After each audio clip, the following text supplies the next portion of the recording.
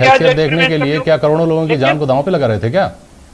लेकिन राज्यों ने बार बार कहा कि वैक्सीनेशन नहीं, आप इनकी हैसियत देखने के लिए, आपने क्या इनकी हैसियत देखने के लिए करोड़ों लोगों की जान को दांव पे लगा दिया? और दबाव की बात अगर आज नहीं है तो उस वक्त दबाव की बात कैसे? आप तो दबाव की बात का हवाला देकर के ही तो बचते आ रहे हैं। आप यही तो कहते आ रहे हैं कि 9 अप्रैल को सारे राहुल गांधी समेत सारे विपक्ष के नेताओं ने लिखा हमको कि साहब राज्यों को अधिकार दो, इसलिए हमने दिया था। नहीं तो राज्यों ने अधिकार मांगा, हमने अधिकार दे दिया, तो आप प्रगति तो बताओ, राज्यों ने क्या प्रगति की है? अब आलोचनाओं के आधार के ऊपर आप अगर प्रदेश को चलाना चाहो तो आपकी मर्जी है, लेकिन भारत के प्रधानमंत्री ने तो सिर्फ और सिर्फ हिंदुस्तान की भावनाओं के आधार के ऊपर निर्णय किया है।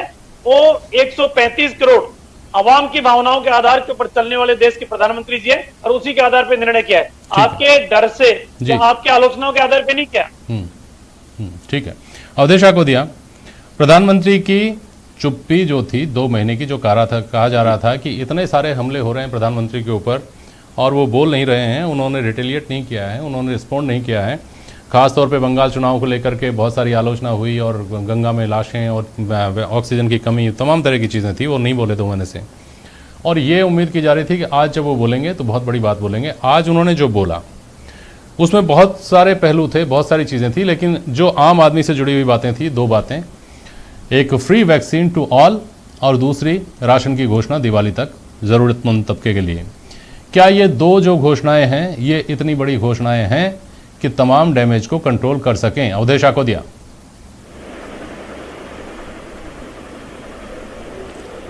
जी जेपी शर्मा जी, देखिए जिस तरह की अफरा तफरी और हाहाकार हमने सेकेंड वेव आने के बाद पूरे देश में देखा था, लोग ऑक्सीजन की कमी से मर रहे थे, लोगों को अस्पताल में जगह नहीं मिल रही थी, बेड नहीं मिल रहे थे, आईसीयू नहीं मिल रहे थे, वेंटिलेटर नहीं मिल रहे थे, यहां तक कि जिन लोगों की कोरोना से मृत्यु हो गई उनको अंतिम संस्कार की जगह तक नहीं मिल रही थी। तो इस तरह का जो हाहाकार पूरे देश ने देखा है, उस पूरे हाहाकार को इन दो घोषणाओं से नहीं मिटाया जा सकता, ना ही जो जख्म देश को मिले हैं उन जख्मों को भरा जा सकता है। जहां तक इन 2 घोषणाओं का सवाल है, देखिए रामलाल जी ने ठीक कहा कि विपक्ष की कोई हैसियत नहीं है।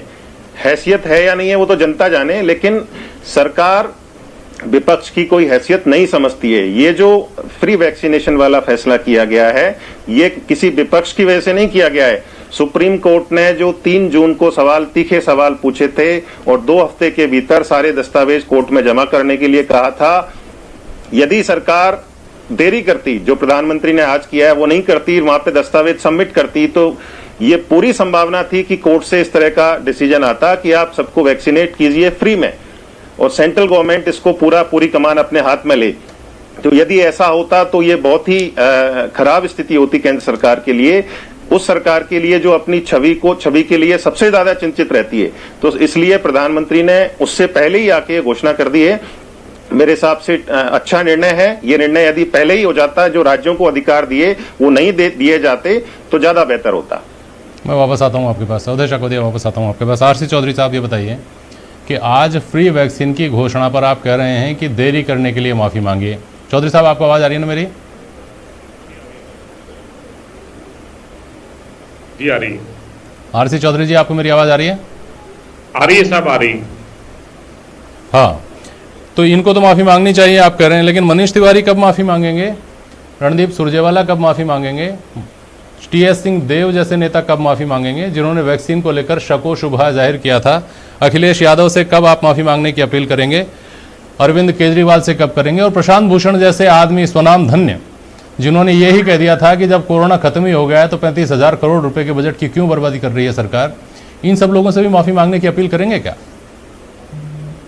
देखिए जेपी शर्मा जी, निश्चित रूप से आप जो बात कर रहे हैं, मैं ये नहीं जानता कि भारतीय आम आदमी की पार्टी या तमाम जो दूसरे विपक्षी दल हैं वो हमारे कहने से और हमारे इशारे से चलते हैं। तो मैं आपका साधुवाद देना चाहता हूँ कि वो कांग्रेस को इतना बड़ा दल नहीं, साधुवाद देने की बात नहीं है। आप अपील तो कर सकते हैं ना कि माफी मांगिए। देखिए वैक्सीन कितनी जरूरी थी, फ्री वैक्सीनेशन के लिए आपने इतना बड़ा ड्राइव चलाया, इतना बड़ा कैंपेन आपने चलाया, और आखिरकार आज आप कह रहे हैं कि केंद्र सरकार को आपके सामने झुकना पड़ गया। यानी वैक्सीन इतनी जरूरी थी ना देश के लिए, तो जिन लोगों ने इसके ऊपर शको शुबा जाहिर किया था उनको भी तो माफी मांगनी चाहिए, उसका भी तो दिन है। मैं तो लोकतंत्र के जो चौथे स्तंभ के जो तमाम जो एक जर्नलिस्ट हैं उनको भी ये सोचता हूं कि जब बजट में घोषणा हो जाती है तो बजट की जवाबदेही पूछने के लिए वो लोकतंत्र के चौथे स्तंभ है, वो भी कहीं ना कहीं बात करते हैं। आज जो भारतीय जनता पार्टी के नेता ने कहा कि कांग्रेस की हैसियत क्या 2.5 राज्यों के अंदर सिमट गई, ये लोकतंत्र का अपमान है और लोकतंत्र का अपमान करने का इन्हें सदैव इनकी नीति रही है। लेकिन मैं तो ये सोचता हूँ कि लोकतंत्र का जो चौथा स्तंभ हमारे पूर्वजों से सीखते आए, मीडिया के सामने भी कभी प्रधानमंत्री ने आके प्रेस वार्ता तो की नहीं, तो चौथा स्तंभ का भी कोई वजूद तो रहा नहीं। चौथा स्तंभ सिर्फ वो बोल देते हैं और यहाँ पे दिखा देते हैं, 33 मिनट उनको विजुअल दिखा दिए। ये मजबूरी है या क्या चीज है, ये तो देश का मीडिया तय करेगा। लेकिन मैं उम्मीद करता हूँ कि 35,000 की घोषणा आप काफी चिंतित रहते हैं चौधरी साहब, मीडिया को लेकर के आपकी चिंता, मैं आपका